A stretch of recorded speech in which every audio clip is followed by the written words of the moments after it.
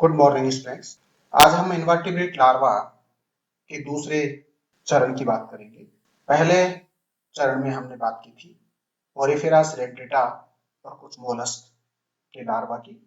आज हम आर्थ्रोपोडा में क्रस्टेशिया, इकाइनोडर्मेटा और हेमिकोर्डेटा की लार्वा की बात करेंगे। यहाँ पर क्रस्टेशिया की लार्वा की बात करते हैं। तो क्रस्टेशिया वर्ग के जंतुओं में परिवर्तन प्रत्यक्ष या अप्रत्यक्ष दोनों ही प्रकार का होता है।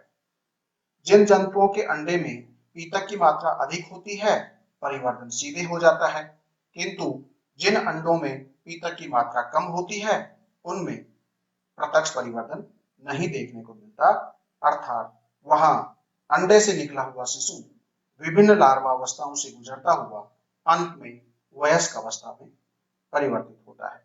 क्रस्टेशिया का यह पहला कॉमन लार्वा है, जिसे हम नॉप्लियस लार्वा कहते हैं। नॉप्लियस सरलतम प्रकार का लार्वा है जो सामान्यतः अधिकतर क्रस्टेशियंस में देखने को मिलता है। जब परिवर्तन में अनेक लार्वा अवस्था होती हैं, तो नॉप्लियस प्रारंभिक लार्वा होता है और यह सबसे पहले ओपी मुलर ने साइक्लोप्स के लार्वा के लिए प्रयुक्त किया था। इसका शरीर अंडाकार या नाशपाती के आकार का होता है। शरीर सूक्ष्म तथा 3 भागों में विभक्त होता है, जिसमें सिर, धड़ और एनस उपस्थित होते हैं। सिर पर एक मध्यस्थ नेत्र उपस्थित होता है। एक जोड़ी अशाखित एंटीन्यूल उपस्थित होती है।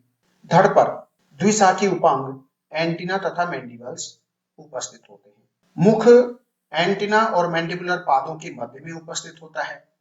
एनस गुदीय भाग के अंतिम छोर पर स्थित होता है। गुदीय भाग द्विपालीवत होता है। ब्रेकियोपोड्स में नॉप्लियस सीधा वयस्क में परिवर्तित होता है, लेकिन दूसरे क्रस्टेशियंस में यह अनेक मध्यस्थ लार्वा अवस्थाओं से गुजरता है, जैसे मेटानोक्लियस, जूया, प्रोटोजूया, माइसिस आदि। इनसे होता हुआ यह गुजरता है। दूसरा इंपॉर्टेंट लार्वा मेटानोक्लियस। यह लार्वा नॉप्लियस लार्वा में मोल्टिंग तथा वृद्धि से परिवर्तित होता है। इसका शरीर सिफेलोथोरैक्स, यह सिफेलोथोरैक्स और पीछे वाला पार्ट एब्डोमेन में विभक्त होता है। इसमें नॉप्लियस में उपस्थित 3 जोड़ी उपांगों के अतिरिक्त 4 जोड़ी और उपांग विकसित हो जाते हैं और इनमें 2 जोड़ी मैक्सिली होते हैं, 2 जोड़ी मैक्सिलिपिड्स होते हैं। प्रत्येक मैंडिबल में एक चबाने वाला उभार उत्पन्न होता है जो पोषण में सहायता करता है। कुछ डेकापोड्स तथा कुछ स्टेनोटोपोड्स ग्रुप के सदस्य अपना जीवन चक्र सीधे मेटान्यूक्लियस अवस्था से प्रारंभ कर देते हैं। तीसरा इंपॉर्टेंट लार्वा प्रोटोजोया। यहाँ पर ये प्रोटोजोया डायग्राम में दिख रहा है आपको। क्रस्टेशिया वर्ग के सदस्यों की तीसरी लार्वा अवस्था है। पीनियस जैसे जंतुओं में नॉप्लियस लार्वा सीधे प्रोटोजोया में बदल जाता है। शरीर सेफेलोथोरैक्स, एब्डोमेन तथा फोर्क टेल्सन में विभक्त होता है। सेफेलोथोरैक्स की पृष्ठ सतह पर एक छोटा कैरापेस उपस्थित होता है। नॉप्लियस के समान एक मध्य नेत्र उपस्थित होता है तथा उपांगों में एंटीन्यूल, एंटीना, मुखांग तथा 2 जोड़ी मैक्सिलिपिड्स उपस्थित होते हैं। प्रोटोजोया जूया में परिवर्तित होता है।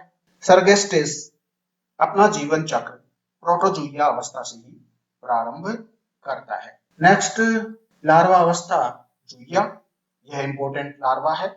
जूया लार्वा पीनियस तथा सर्गेस्टिस के अलावा लगभग सभी समुद्री डेकापोड्स हैचिंग के बाद ये जल में प्रवेश कर जाते हैं। इसका शरीर अग्र कैरापेस युक्त चौड़े सिरोवक्स सिफेलोथोरैक्स तथा पश्च कर्व्ड एब्डोमेन विभक्त होता है। उदर के अंतिम भाग पर फोर्क टेल्सन होती है, ये यहाँ पर फोर्क टेल्सन है, तथा कैरापेस या पृष्ठवर्म जिसे हम कहते हैं पर एक रोस्ट्रल स्पाइन होती है और एक मीडियन डोर्सल स्पाइन होती है और इसके अलावा 2 लेटरल स्पाइन देखने को मिले।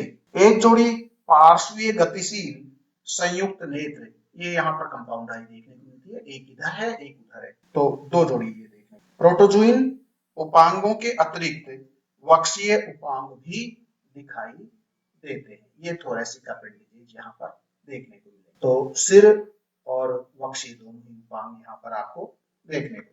इसके बाद में ये यहाँ साइप्रिस लार्वा है जो लिपस और सैक्युलेना आदि के अंदर सिलिपीडियम के अंदर ये देखने को मिलता है। लेकिन स्क्विला में जूया कुछ परिवर्तित रूप में होता है और इसमें बॉडी पार्ट्स डीजनरेट हो जाते हैं और इसे एलाइमा लार्वा कहते हैं। ये एलाइमा लार्वा यहाँ देखने को मिलता है, तो ये स्क्विला के अंदर देखने को मिलता है जूया का मॉडिफाइड। आगे हम बात करते हैं मेगालोपा लार्वा की। यहाँ पर ये मेगालोपा लार्वा है। ब्रेकियूरन्स डेकापोड्स जिन्हें हम ट्रू क्रैब कहते हैं में जूया लार्वा मेगालोपा में रूपांतरित हो जाता है।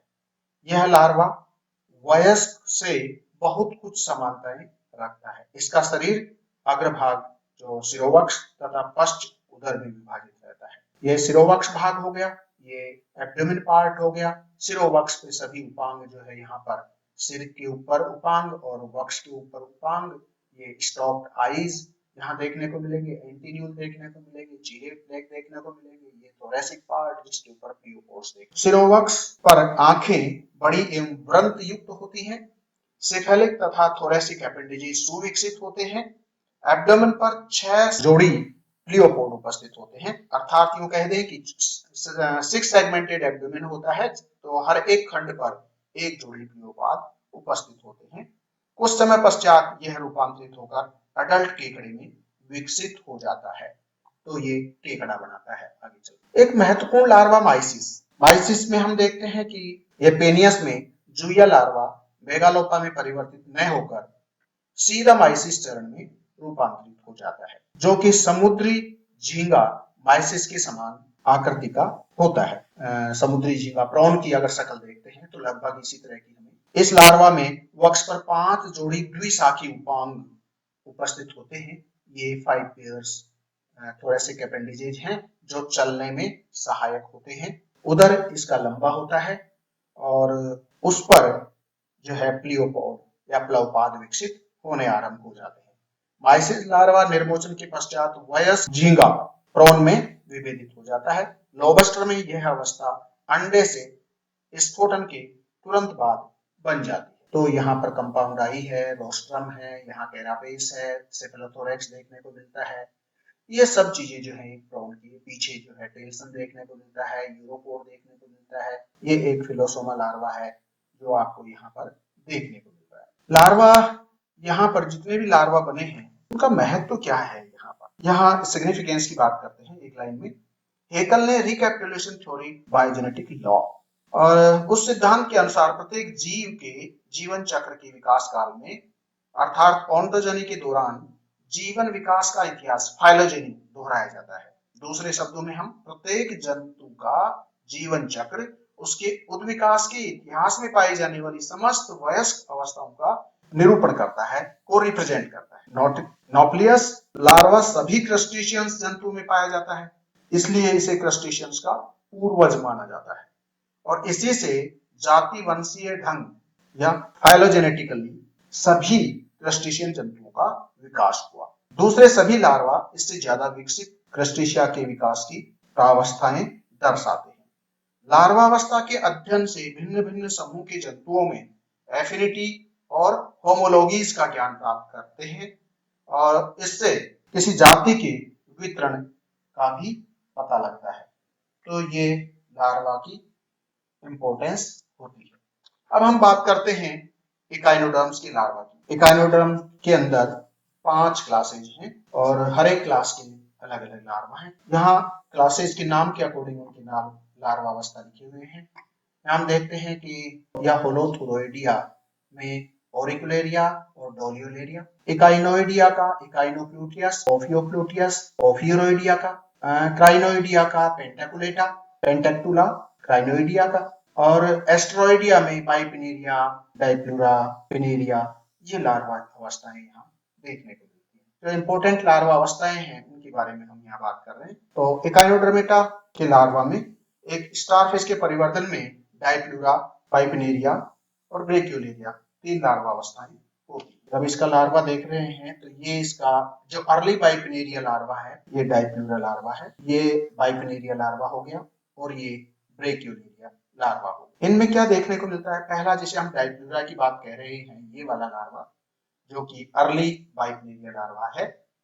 तो अर्ली बाइपिनेरिया लार्वा एक अंडे के समान और द्विपार्श्व सममित वाला जीव होता है। इसका अग्र मध्य अधर एक्टोडर्म के अंतर्वलन स्ट्रोमोडियम कहलाता है। यह आद्यांत्र से मिलकर लार्वा का मुख बनाता है। ब्लास्टोपोर लार्वा की गुदा में बदल जाता है। आर्केंटेरॉन डाइजेस्टिव ट्रैक्ट में विभेदित हो जाता है, जिससे ग्रसिका, आमाशय एवं आंत्र भाग बनते हैं।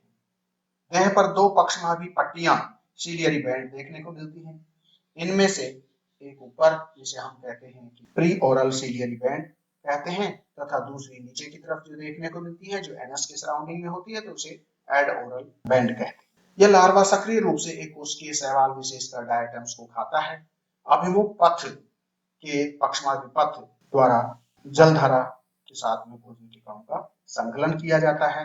लार्वा अपनी सीडेटेड बैंड है उनके द्वारा गति करके क्लॉकवाइज रोटेशन करता हुआ। दूसरा लार्वा है बाइप्नेरिया लार्वा। बाइप्नेरिया लार्वा डाइप्लूरा लार्वा की रचना में कुछ परिवर्तन के उपरांत यह लार्वा विकसित होता है। मतलब अर्ली बाइप्नेरिया से ही बाइप्नेरिया बनता है। डाइप्लूरा के सामने तल पर एक बड़ी प्री ओरल लोब बन जाती है, जिसके चारों ओर पक्षमाभों के एक प्री ओरल लूप से आवृत हो जाती है। इस प्रकार प्रत्येक पार्श्व में 3 पार्श्व पालियां होती हैं, जो पक्षमाभों के एक पश्चमुख या पोस्ट ओरल लूप द्वारा आवृत हो जाती है।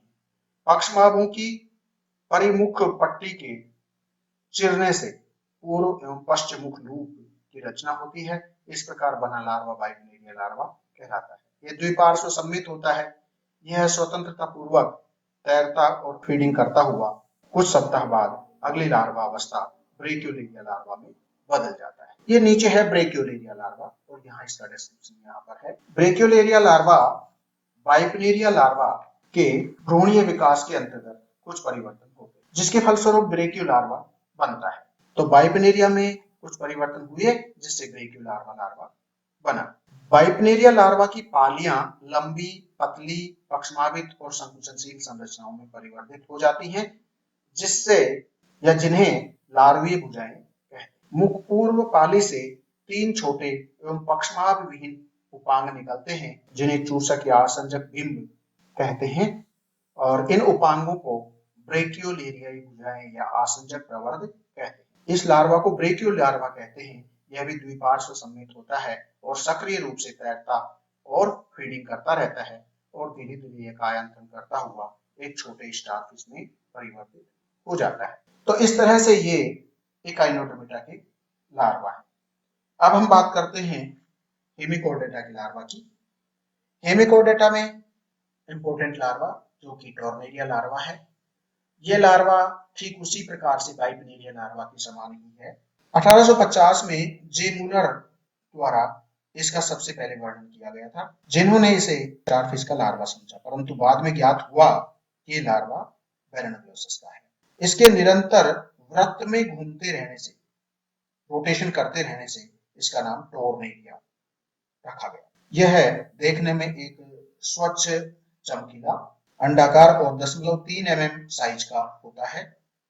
इसके अधर तल पर मुख, पश्च भाग में गुदा और ग्रसिका, आमाशय एवं आंत्र में विभेदित लार्वा आहारनाल होती है। शरीर की सतह पर पक्षमाभों की 2 पट्टियां होती हैं। अग्र पट्टी, जिसे सर्कम ओरल बैंड कहते हैं, मुख पूर्व सतह के ऊपर सर्पिल रूप में फैलकर पश्च मुख पास बनाती है। इसके सीलिया छोटे होते हैं, जो भोजन के या संग्रहण का कार्य करते हैं।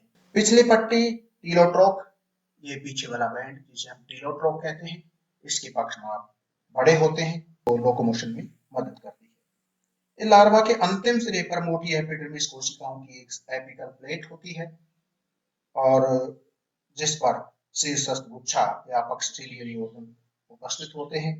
प्रोटोसील प्रोबोसिस सीलोम एक पतली कोशिका भित्ति या पतली भित्ति की कोश के रूप में होती है, जो एक हाइड्रोपोर या प्रोबोसिस पोर के द्वारा बाहर खुलती है। जलरंध्र के दाहिनी और स्पंद या कॉन्ट्रैक्टाइल हार्ट स्थित रहता है। कॉलर और धड़ या गुहाएं अपेक्षाकृत अधिक आयु वाले लार्वा में प्रकट होती हैं, वो इस लार्वा अवस्था में नहीं देखते। कल हम बात करेंगे पैरासाइटिक लार्वा। Thank you.